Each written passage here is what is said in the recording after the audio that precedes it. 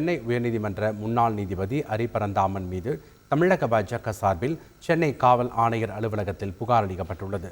தமிழக பாஜக சட்டப்பிரிவின் மாநில துணைத் தலைவர் குமரகுரு சென்னை காவல் ஆணையர் அலுவலகத்தில் முன்னாள் நீதிபதி ஹரிபரந்தாமன் மீது புகார் ஒன்றை கொடுத்துள்ளார். அதில் ஹரிபரந்தாமன் தமிழ்நாடு பொது மேடை என்ற அமைப்பின் ஒருங்கிணைப்பாளராக உள்ளதாகவும், அவர் தேர்தல் சமயத்தில் நீதித்துறையை நிலைகுலையச் செய்யும் பாஜக அரசு என்ற தலைப்பில் சிறு புத்தக வடிவில் குறிப்பேடு ஒன்றை சென்னை உயர்நீதிமன்ற வளாகத்தில் விநியோகம் செய்ததை கண்டு அதிர்ச்சி அடைந்ததாகவும் குறிப்பிட்டுள்ளார்.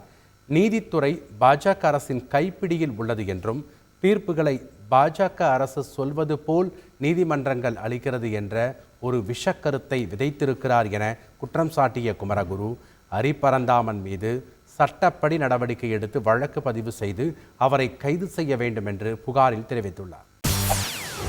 செய்திகளை உடனுக்குடன் தெரிந்து கொள்ள உடனே சப்ஸ்கிரைப் பண்ணுங்க.